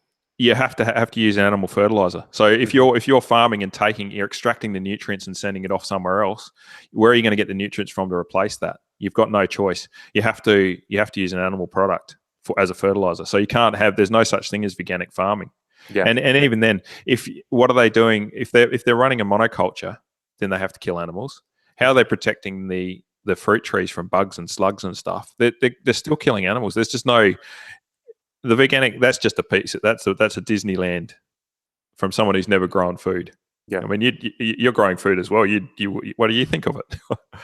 No, I think it's ludicrous. I was actually talking, this was a while back, to someone who is growing their own food. He's a vegan, but he's not one of these crazy vegans. He's actually a lot more rational. And, he said he was producing his food veganically. And I said, oh, really?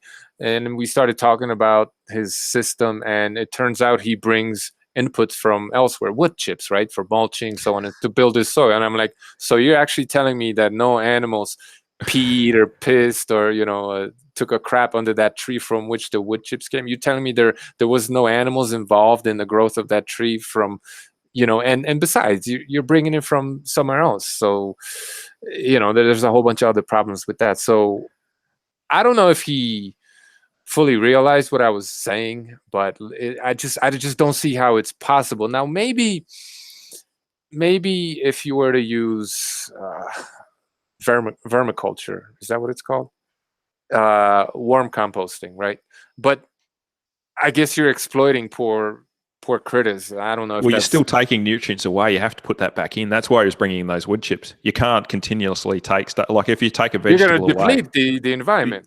Exactly. You've got to replace those nutrients. Mm-hmm. So what are you replacing it with? If you're not bringing in phosphates and stuff, what are you putting back into the soil? Like you have to be bringing something in. He's done it with the wood chips and pretending he's being a veganic culture, but in actual fact, he's chopping down trees to do it. You can't get. You haven't got a closed system. If you're extracting those nutrients, even if you poop it back in, you're still burning energy off and sweating stuff away. You're still taking nutrients out of that system. You can't. There's no solution for it. You've got to be putting the nutrients back in. Theoretically, I suppose it's possible to have a veganic garden if you compost your own poop. You know what I mean? You are the animal, so on and so forth. Maybe, okay, fine, I'll grant you that, but it's not scalable. You can't feed the world doing this.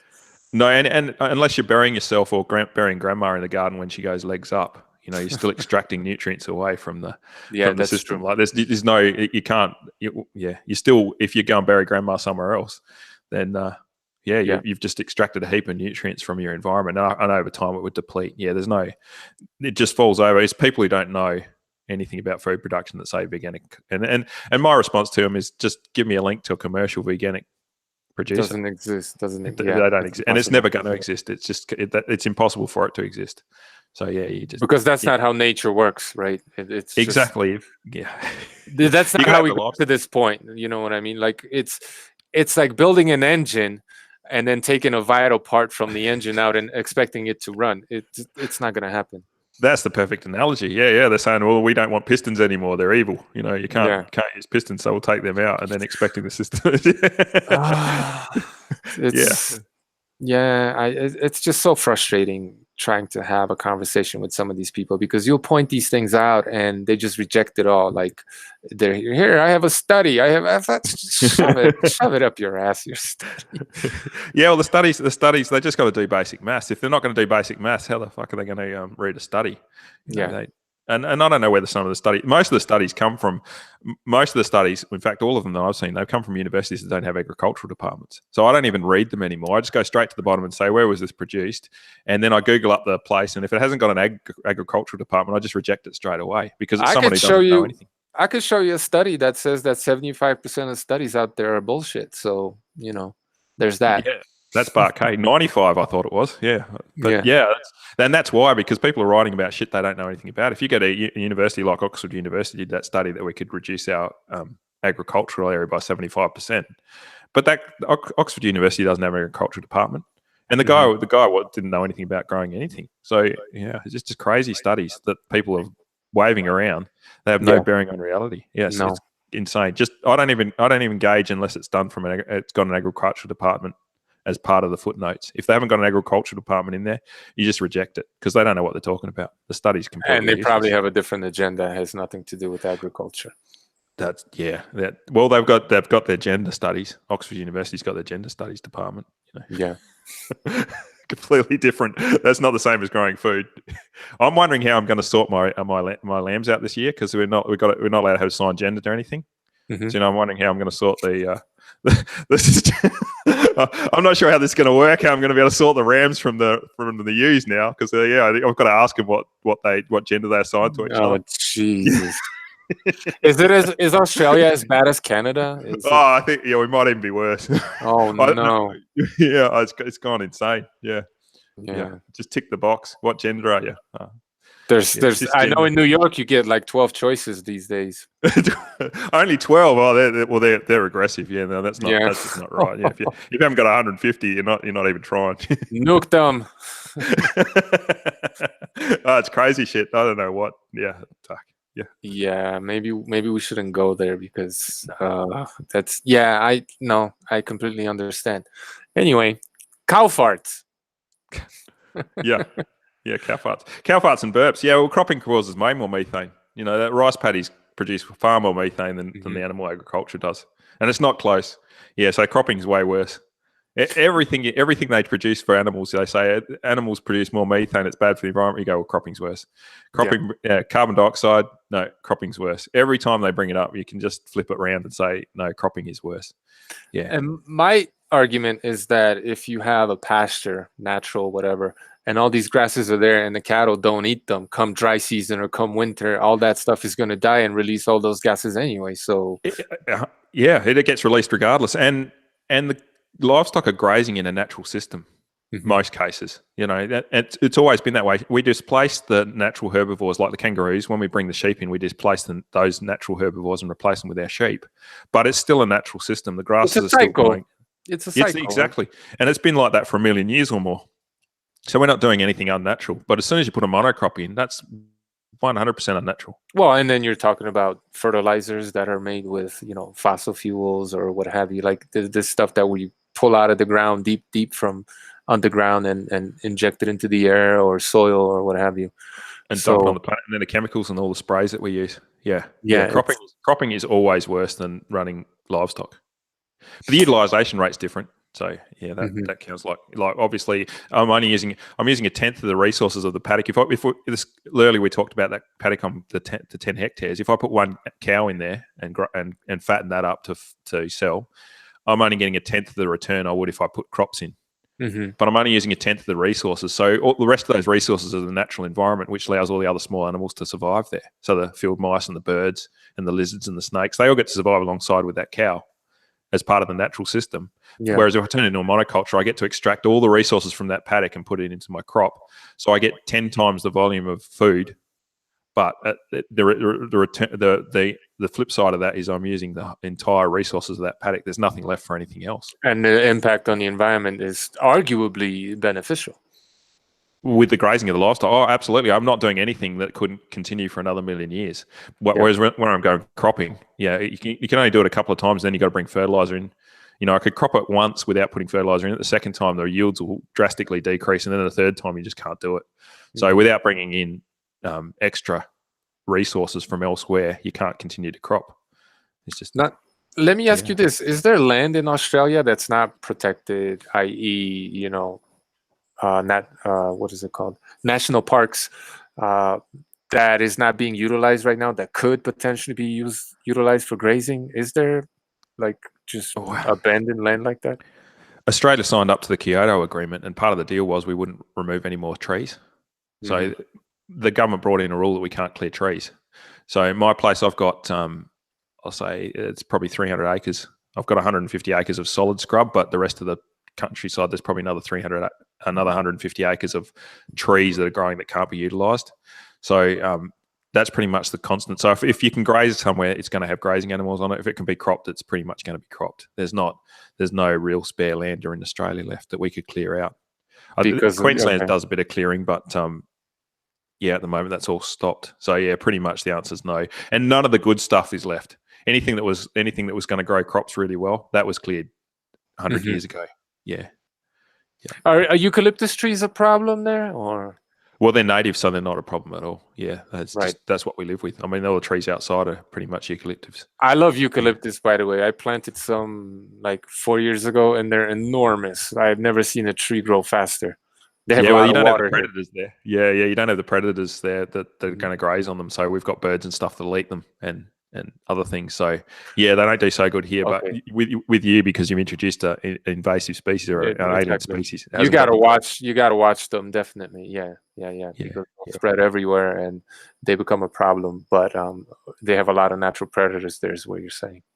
Just watch out that you don't put anything underneath them that you like, because they do drop limbs. Yeah, Yeah. like they're always dropping limbs, and they're the big. They could be up to a ton.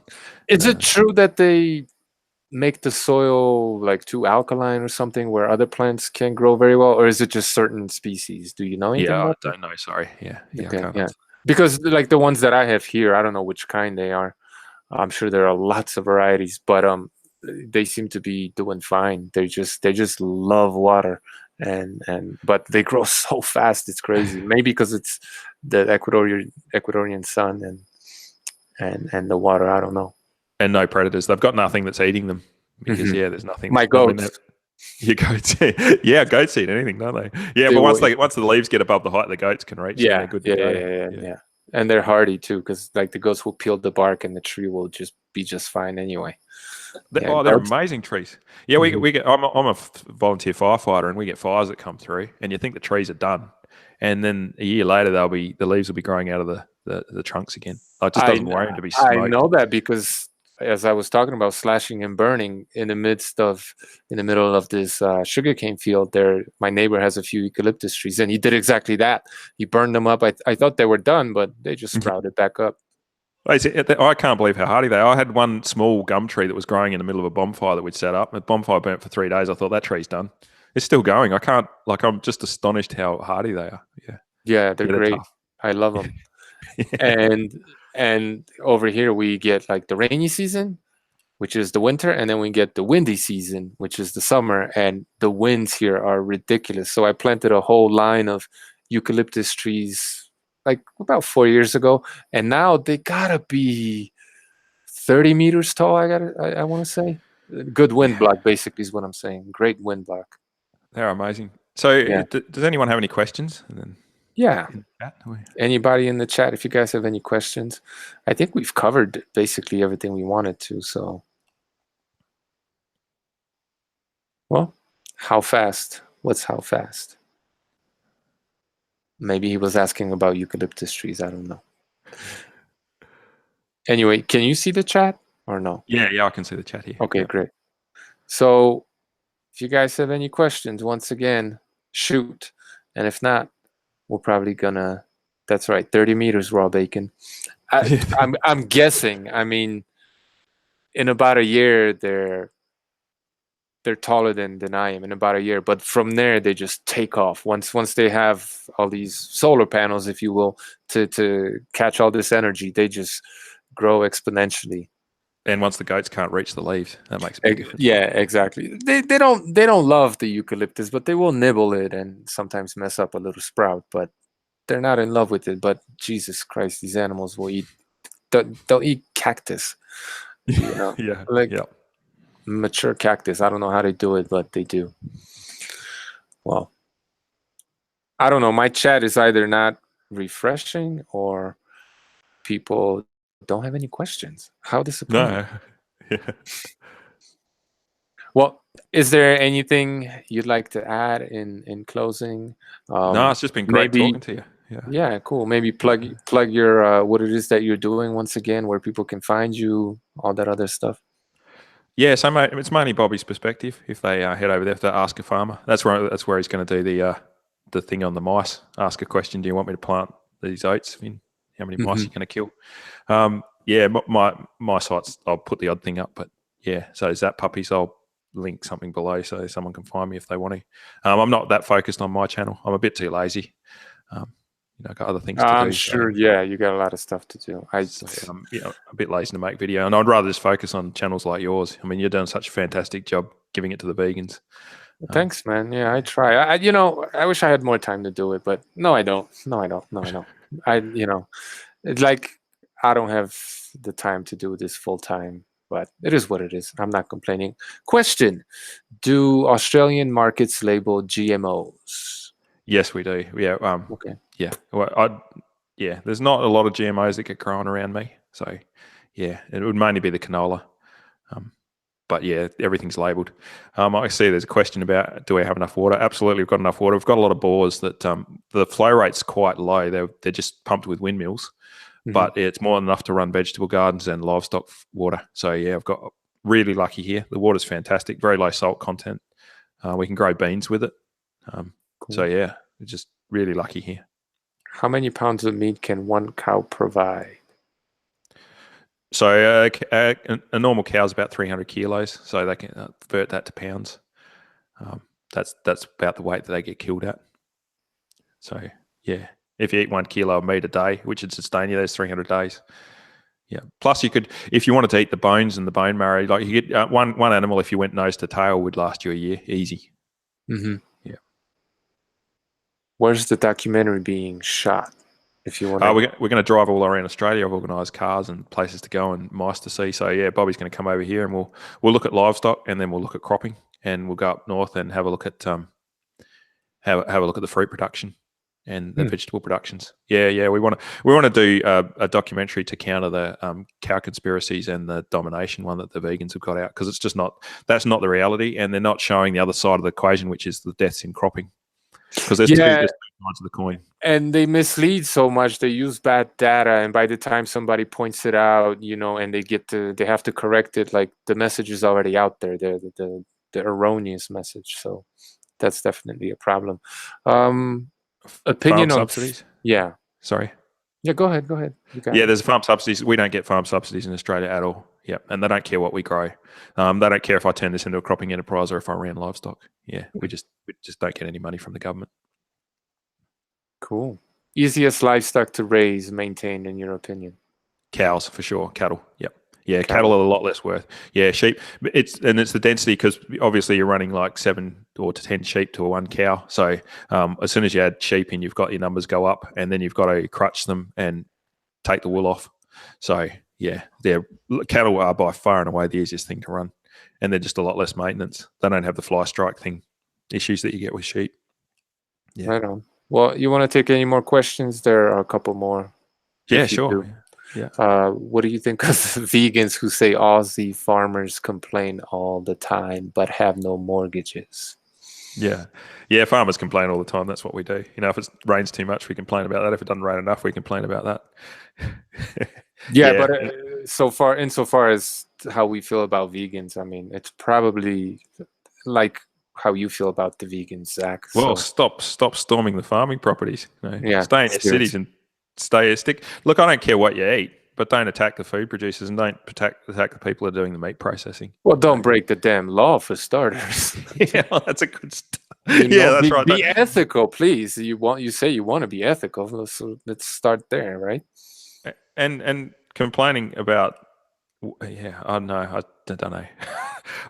Sure, we complain about the lack of rain, but if I don't care what people eat. If they want to eat my grain, that's all good. If they want to eat my lambs, that's all good. But yeah, it's not. There's no ethics about eating grain. They're killing far more animals. The ethics are not on their side.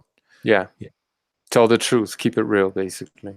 That's right. Yeah, and I think that's why they don't like farmers coming out and telling them the way it is now. They haven't got any. There's no food producer that comes out and says their side of the story and says, no, you're right. You don't kill any animals. No, find one commercial food producer who says, no, we don't kill any animals when we produce this. They don't have anyone on their side. They don't have anyone in their corner. Whereas the carnivores, there's plenty of farmers now. There's that Garland Farms. You can find a lot of people that come out and support my position, because it's just the truth. It's the way it is. Yeah, that's been my criticism of the vegan community. For as many of them as there are out there, these YouTube vegans, very few are actually doing something like gardening or having a farm. But the funny thing is, they don't get any views. Nobody cares. It's crazy. Like, it's just whatever, man. Well, I don't think you could. I don't think you can grow food and not start switching across to animals. Like I said, you'd want a chicken.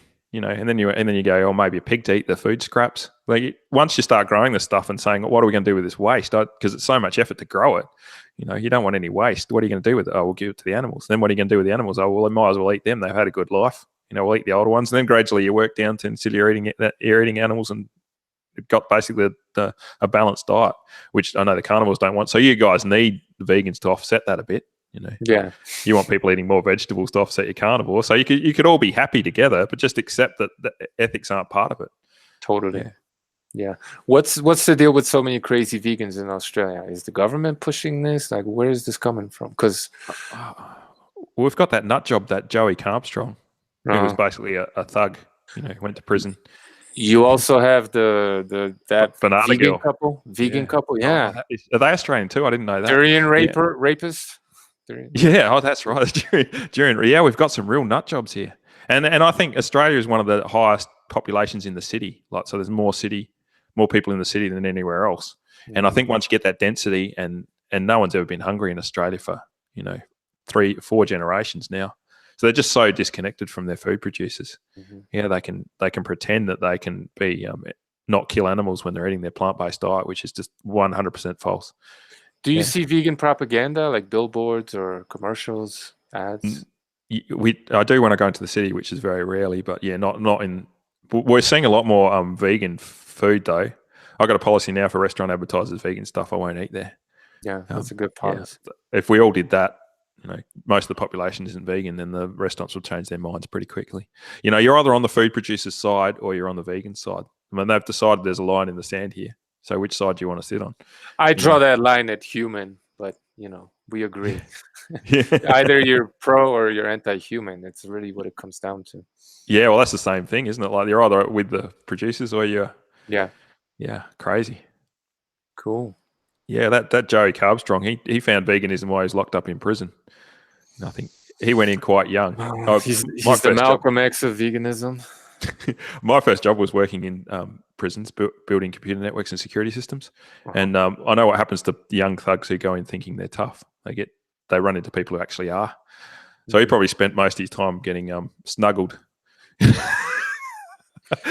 non-consensually snuggled in prison, and then decided he was going to be a vegan and came out. That's why his eyes are popping out of his head. Yeah, they got pushed out in prison. Gone back in. You got it. You got it. That non-consensual snuggling is going to. That explains why he's so. When he talks about animal abuse, he uses terms such as rape and murder and non-consensual, so on and so forth. Well, I think that's what. In fact, I'm almost sure. Like, because he went in as a violent offender, so you get put in with the violent offenders. Like, that's what they do in prison. If you go in and you're not a violent offender, they don't put you in with those guys. So, but he went in as a quite young violent offender, so he would have been in with some real nasty people. Prison bitch. Yeah, exactly. That's what happened to him. Yeah. So that explains a lot. Yeah. Yeah, I think that's that. Yeah, and he doesn't respect the law now anyway. Like, he just doesn't. He's just found his religion, and he's completely insane. No, that man is gone. It's just crazy. Like, I watch some of these channels here and there a little bit. It's like watching a train wreck. I'm fascinated by what the hell happens to some of these people. Someone's asking about kangaroos in the chat. Yeah, we can't shoot them and eat them. They're protected species, even though they're in plague proportions here. Like, it's crazy, the numbers. That doesn't make sense. Oh, it's insane. It's the green movement from the cities. Yeah, and okay. Animal rights activists. Animal rights activists. Yeah, we need, and even worse, they're going to starve out. So yeah, right. The environment won't be able to sustain them. I got an airplane at the local airport where the flying doctor comes in. There'd be 200 roos out there at the moment. I got to drive up and down the runway before I can use it. Jeez. Yeah, they just need to be cold. But the vegan, the green agenda from the cities. What about the camels I keep hearing about? Yeah, we don't have them here. They're in the. Yeah, they're crazy. Like, they just walk into towns and take out. You can shoot camels though. Yeah, if you've got a gun. You can. Okay, because they're not a native. Yeah, they're an invasive species. So there's nothing stopping you mowing down camels. Yeah, I don't know what camels taste like. I've never eaten one. I'd like to know. And there are a lot of pigs. A lot of pigs in Australia. Not around here. We're too far south. But if you go north, the toughest guy I ever met was a pig hunter. He would go hunting pigs. He had these 2 dogs with him. They were all scarred up, and they had the cover plates, the breastplates on. And they were all scarred up. And he would run at night through the forest in Australia chasing these pigs. His dogs would go after him. You'd see these red lights on the back of his dogs, and then you'd see him following along behind. He'd rope the pigs. The dogs would corner the pigs. He'd jump down there, rope them up, mark them on his GPS, and go. He'd get 6 pigs a night like that. And he was so tough. He was fairly wiry, but just the toughest guy. I don't know. wrestling pigs in the middle of the night, wild pigs in the middle of the night with his dogs. And he'd come back all scarred up and scratched up, and his dogs would be all scratched up, and then go out the next night and do it again. Crazy. Yeah. Well, I mean, you need a carnivorous diet definitely to be able to do these crazy things. He was carnivorous along with his dogs. In fact, I'm not sure who was more dog, him or his dogs, but yeah, he ate well, I'm sure. Yeah, he was the toughest guy I've ever met by a long way. Like you just wouldn't mess with him. Crazy guy. Yeah, that's exactly right. Just insane. How about one last question? Something I've been wondering myself too. Somebody asked if you believe that Freely the Banana Girl was perhaps sponsored by Australian banana producers. Yeah, I don't think so. The banana producers are pretty, like I know a couple of them, and they're just sane, reasonable people, and they're not vegan in any way. Hell, they'd chow down to a steak. So yeah, I don't, absolutely not. No, I think. Well, I don't know if you know, but she had this whole 30 bananas a day thing, which seemed like it's just a commercial for banana consumption. It's just nuts. Yeah, I don't think anyone would have sponsored. I don't think anyone would have sponsored that, because no one, even if you had, why would you want people eating 30 bananas? And chances are you're going to be sick from it. Like your sugar, you're just going to get this sugar hit. I don't think anyone would suggest that was sensible. Even the banana producers wouldn't think that was sensible. Yeah. And who would have thought her channel would take off like that anyway? Like it, 700,000. I'm thinking I should get some fake titties. I'm sorry. And some pom-poms. something. I'm struggling here. Oh, well, we've been on for almost 2 hours. Not quite. Crikey. Yeah. So I don't know. Unless you have something else you want to add, maybe we can. No, it's been awesome chatting to you. Thanks very much. Man. I appreciate you contacting me. I'm always looking to have people on, and not just vegans. Definitely, I definitely enjoyed the conversation. I learned quite a few things, so I'm definitely very appreciative. And anytime you have some time, some new information, or you want to come on and promote whatever it is that you're doing, you're definitely welcome to stop through. Just let me know, and yeah, I'm down. Thanks, man. And if you're ever in Australia, come and hit me up. Yeah, it'd be. Oh, I will, and I will go after one of them roos, because. Just kidding. No, thanks very much, Carneval. I really appreciate it. Yeah, definitely. Thanks so much. Cool talking to you, and good luck with all your enterprises and endeavors out there. Thank you, and thanks to the guys in the chat, guys and girls. Cheers. Thanks very much. All right. Take care. See ya.